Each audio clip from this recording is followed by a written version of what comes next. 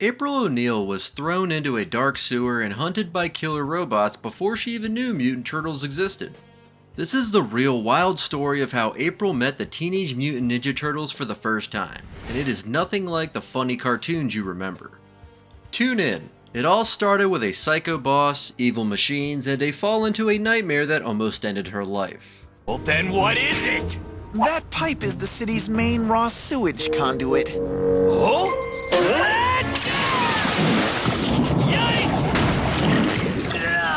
You're just minding your business, living your normal life, and bam, you fall straight into a sewer, running for your life, and a bunch of giant killer robots are chasing you. Sounds like a nightmare, right? Yeah, that's pretty much how April O'Neil met the Teenage Mutant Ninja Turtles for the first time. And trust me, it wasn't some happy, smiley cartoon moment. It was way darker, way scarier. What are we gonna do for power now? Oh, I've got a few ideas. Turtle power. Stop this crazy thing!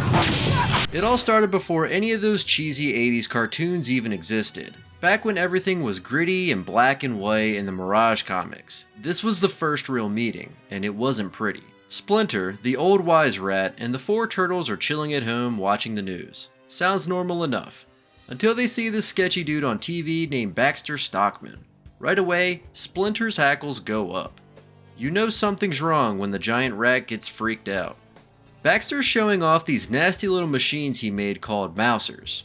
Oh yeah, just robots that hunt down and kill rats. Totally normal, right?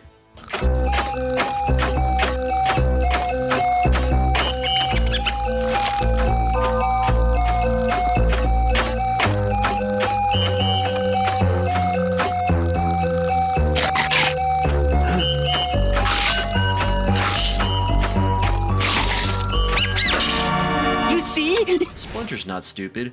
He knows these things are trouble. Big trouble. So,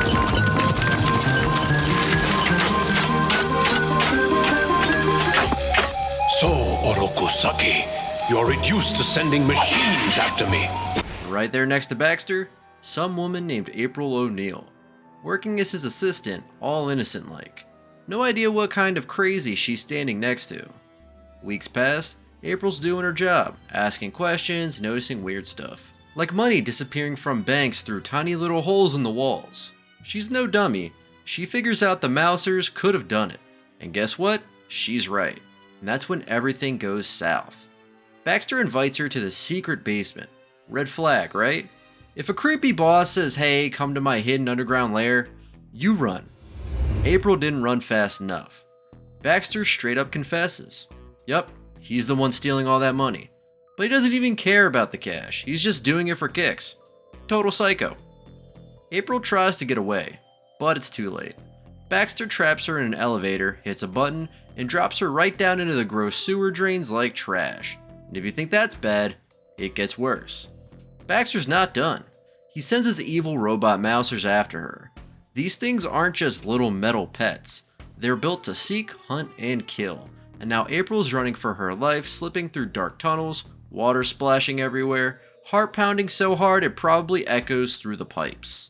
And Baxter? He's sitting back laughing, watching the whole thing on security cameras like it's his favorite TV show. Sick, right? April's racing through tunnels, dead end after dead end. She finally gets cornered. The Mousers close in. They're about to tear her apart. This is it. No way out. And then, out of nowhere, she sees blades flashing. Metal gets sliced. Mousers explode into scrap. Standing there right in front of her are four giant mutant turtles with weapons drawn. They look terrifying.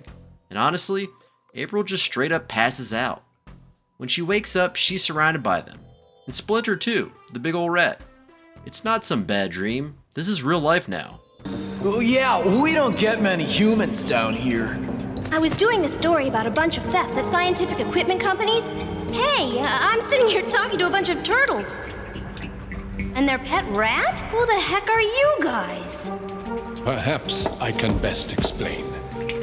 April stares at them, completely freaked out. Splinter explains who they are. April's head is spinning, but she's got bigger problems. She spills everything she knows about Baxter. The bank robberies, the evil Mousers, and the plan to destroy the city. And it gets even worse. They turn on the TV and see it's already happening. Baxter's not hiding anymore. He sends a ransom video to City Hall, demanding $1 billion. Or, he'll start bringing down buildings one by one, with people still inside. First, he threatens the old Rex Sab building.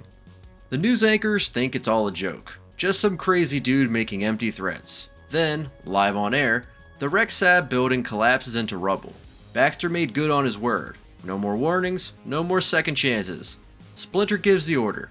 Go, find him, stop him. April dragged the turtles into Baxter's creepy lab, and right away it felt wrong. Real wrong. They slid in through the busted elevator like a bunch of ghosts. Leonardo crept up behind Baxter, blade ready, just barely touching the guy's shoulder. One wrong move, and it was lights out.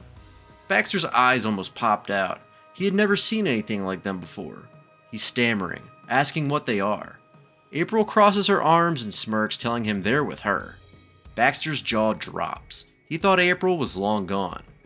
The turtles pin Baxter down, trying to figure out how to kill the crazy system he set up with those nasty little mousers. April's scrambling at the computer like her fingers are on fire, but then Baxter wriggles free like a greased pig and bolts for the control panel. He yanks a lever down with a wild laugh. Those little mousers? They're coming, and they aren't gonna stop. Baxter's giggling like a psycho, bragging how the mousers are now set to eat everything. Wood, metal, flesh, everything. Michelangelo tackles Baxter while Raphael knocks him out with a punch. But the damage is already done. They're trapped like rats. April and Donatello bash at the computer, desperate to shut everything down. April's muttering it's gonna take time, but they don't have time. Leonardo throws out a wild plan to collapse the tunnel.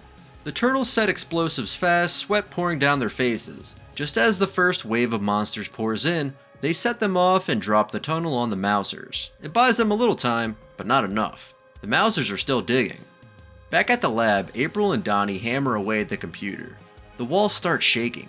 Mousers break through. Donnie figures if they shut down the power, maybe they can stop the transmitter.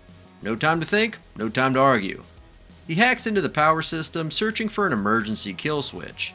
The turtles fight like crazy, but for everyone they destroy, more come crawling through. They fall back to the lab and slam the doors. Useless. The mousers chew right through. April screams they're running out of time. Donnie hits the shutdown. But the system's built backwards. It turns off all the vents, the lights, everything but the robots. Suddenly, everything goes silent.